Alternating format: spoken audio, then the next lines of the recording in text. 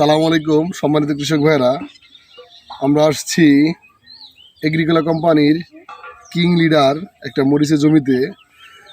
কৃষক আইব আলী ভাই মানে সর্বপ্রথম তিনি কিং লিডার চাষ করেছিলেন। তিনি আমাদেরকে বলেছেন যে এই মরিচটা প্রায় 15 থেকে 18 বার হারভেস্ট করছে।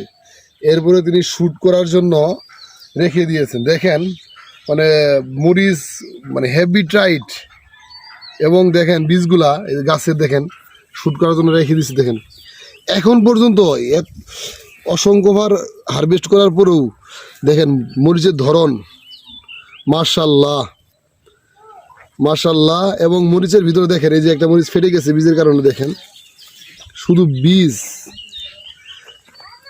মানে হচ্ছে প্রচুর পরিমাণে বীজ, এবং শ্যুট কিন্তু খুবই সুন্দর হয়েছে। যে আমি আপনাদের একটু গাছে দেখাই, শুধু এই গাছ না প্রত্যেকটি গাছ, বা একটু এদিকে একটু দেখাই, ক্লোজলি দেখান, দেখেন এই যে দেখেন মানে আপনার প্রত্যেকটি গাছে এত সুন্দর পরিমাণ শ্যুট হয়েছে।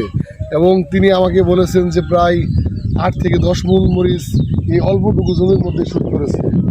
এটি হচ্ছে এগ্রিকোলা কোম্পানির কিং লিডার মরিচ।